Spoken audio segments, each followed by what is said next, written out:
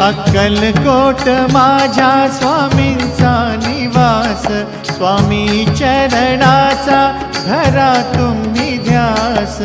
अक्कलकोट माझ्या स्वामींचा निवास, स्वामी चरणांचा धरा तुम्ही ध्यास। जारे जारे सारे स्वामी दर्शनाला, स्वामी पूजनाच्या सोहळ्याला, स्वामी पूजनाच्या सोहळ्याला।